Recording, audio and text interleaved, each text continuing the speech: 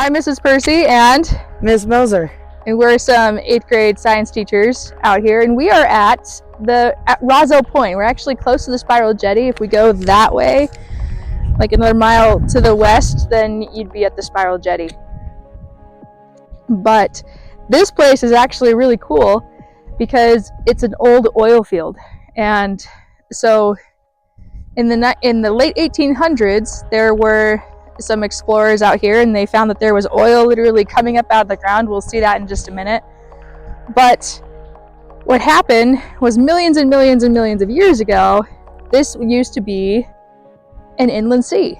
It used to be part of the inland sea, and it used to also be part of Lake Bonneville as shorelines changed and everything else happened. And so what happened is there's a lot of algae, a lot of plant matter that died in an oxygen deprived environment. So it died at the bottom of the ocean, at the bottom of the lake, and it got buried over millions and millions of years. And because that happened, it then turned into fossil fuels. It turned into oil and coal and natural gas. It did, indeed. And then the density, as things got heavy, Earth did its normal job, and rocks get heavier, and the mantle has its ability to expose itself. Over on this end, since we're pointing this way, the lake actually was filling up, and Bonneville Lake was filling up. This side was lighter, and since most of the water was going this way and making the lake rocks bed denser, this side was going that we're gonna show you. So this side was more dense, and that side was lighter, and so there was more buoyancy on the west than the northeast. We got that right? Yep. And because of that discrepancy in the height of the shorelines, and we can't really see it from here, okay, but we can see that shoreline where the vegetation stops growing, going down. That's where the old lake shoreline used to be. But on the west side, it's a much higher in elevation, and the reason for that is what we can do is we can actually measure that distance and that discrepancy over there. And by doing that, we can actually discover how fluid the mantle is and how the mantle works, which was pretty darn cool. All right, so this shiny black stuff right over here in the rocks, this is where we have a bunch of oil that's just coming up out of the ground. Okay. So don't ever step on it. So you don't want to step on it. But it's really gooey. That's called crude oil. It is called crude oil. It's worth a lot of money. We refine it and turn it into things like plastic for those Chromebooks that are in everybody's classrooms. Yes, that's true. So makes lots of things, not just plastic. It's very sticky. It also makes medicines like Tylenol. It's in a lot of things. Yep. So we can be like the Beverly Hillbillies.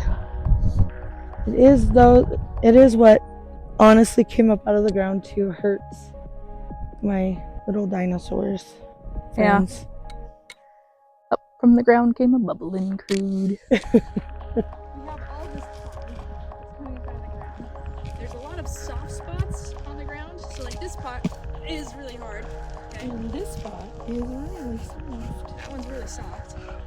And so oil's gonna start coming up out of there. There's probably a spot not right here. Probably not now. Probably in like several hundred years or so. But in millions of years, if this place remains untouched and people don't decide to come back here and start mining for the oil again, this will turn into a nice big tar pit area. Okay, so like how the mammoths got stuck in the tar pits and then they all died. This stuff is highly viscous. Alright, so I can hold it down like that. You can see it moving really, really slowly. Like venom. Like venom. Yes.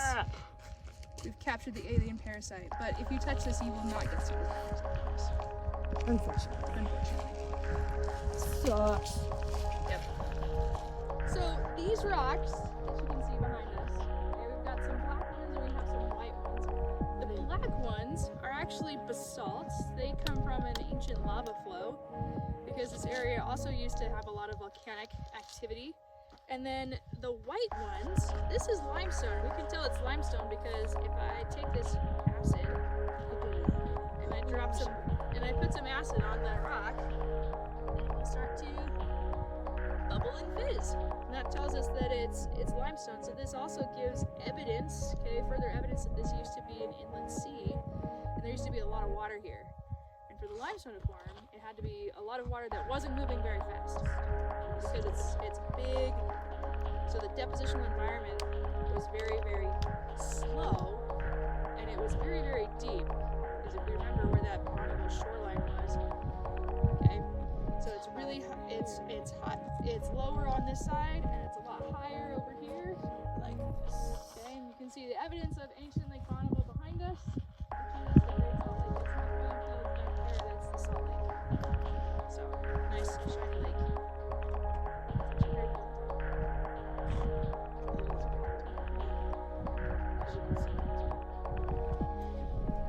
And these little metal things that you see are the actual part of the wood. So you Look see nothing like the current. So if we look over there, there's some little pipes sticking up out of the ground.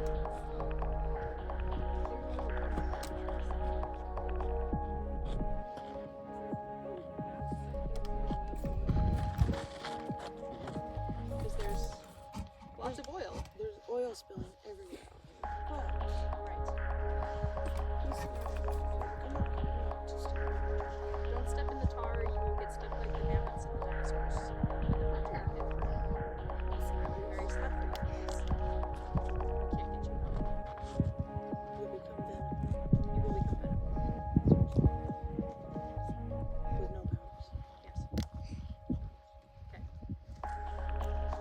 Pouring Ready? acid down. Alright, so this is hydrochloric acid.